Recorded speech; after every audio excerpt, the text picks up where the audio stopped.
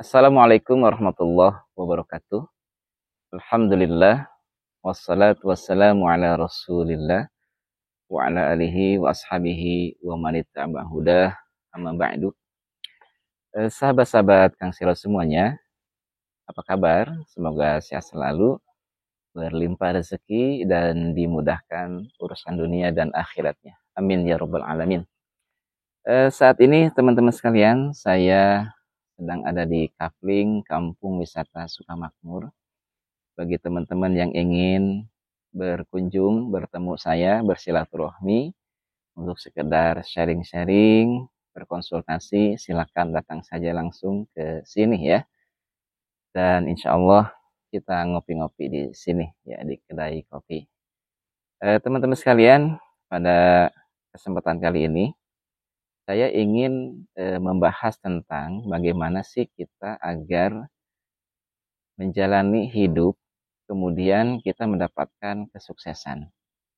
Nah, di antaranya adalah teman-teman, kita ini kan ahli sholawat ya. Amalan kita ini sholawat. Sholawat yang dibaca, sholawat Jibril. Atau mungkin teman-teman ada yang membaca sholawat yang lain. Akan tetapi ada satu hal yang tidak boleh ditinggalkan teman-teman. Yaitu amalan-amalan yang dilakukan oleh istri. Oleh karenanya, jangan sampai amalan yang kita baca nih, itu tidak juga diamalkan oleh istri kita. Jadi amalannya ini harus kita lakukan berbarengan dengan istri kita.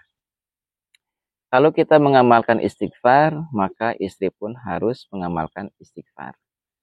Kalau kita mengamalkan sholawat, istri kita pun harus mengamalkan sholawat.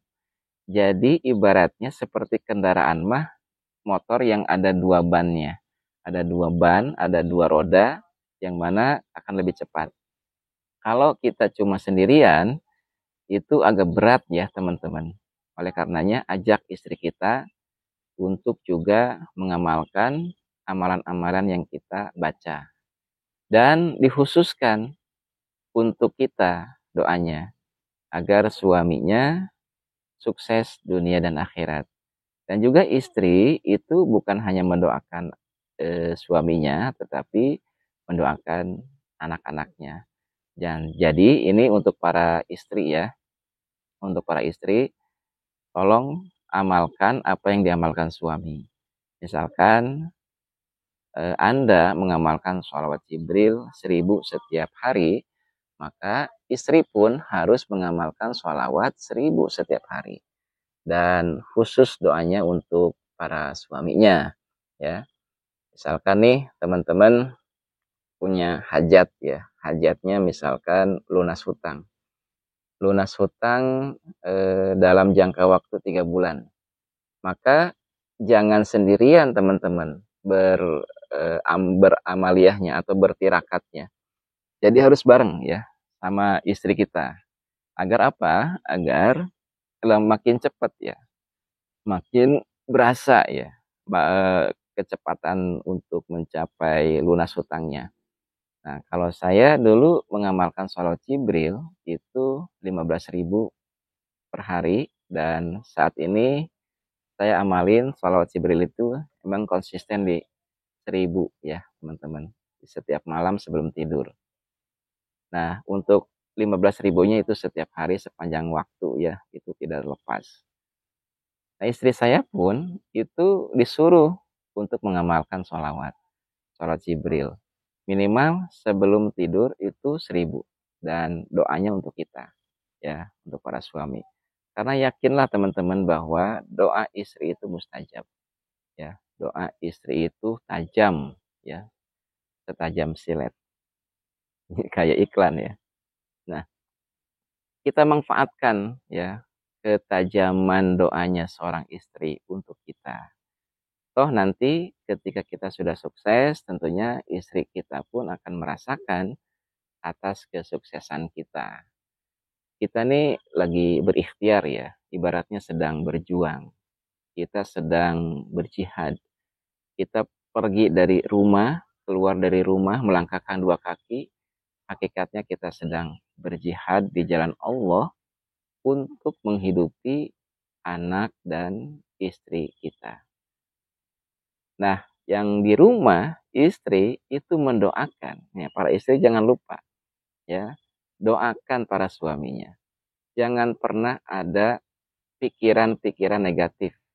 Ah, nanti kalau udah sukses lupa sama saya. Ah, kalau sudah sukses nikah lagi. Jangan begitu, teman-teman.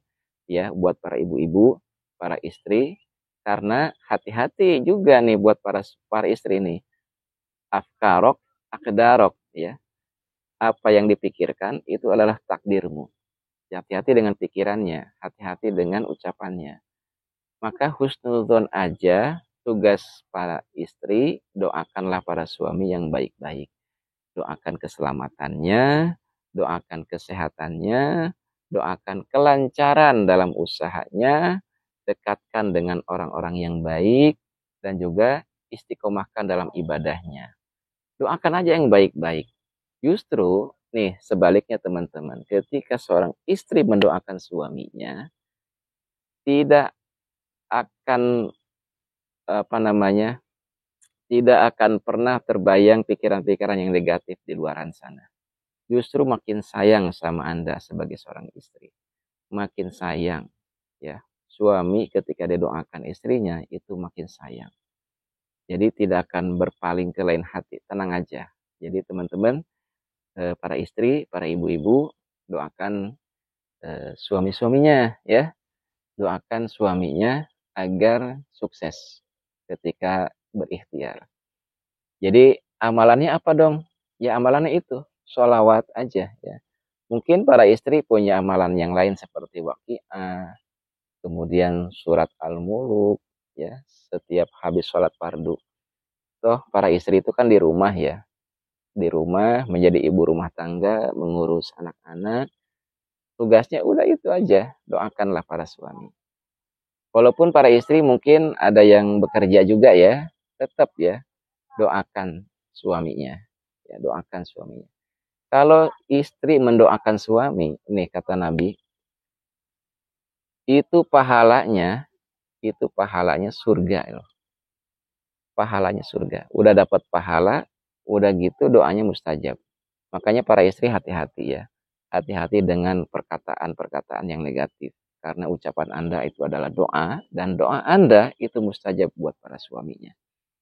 Oleh karenanya, nih para suami ya, gunakanlah istri kita, manfaatkan istri kita untuk percepatan doa kita, hajat-hajat kita segera tercapai.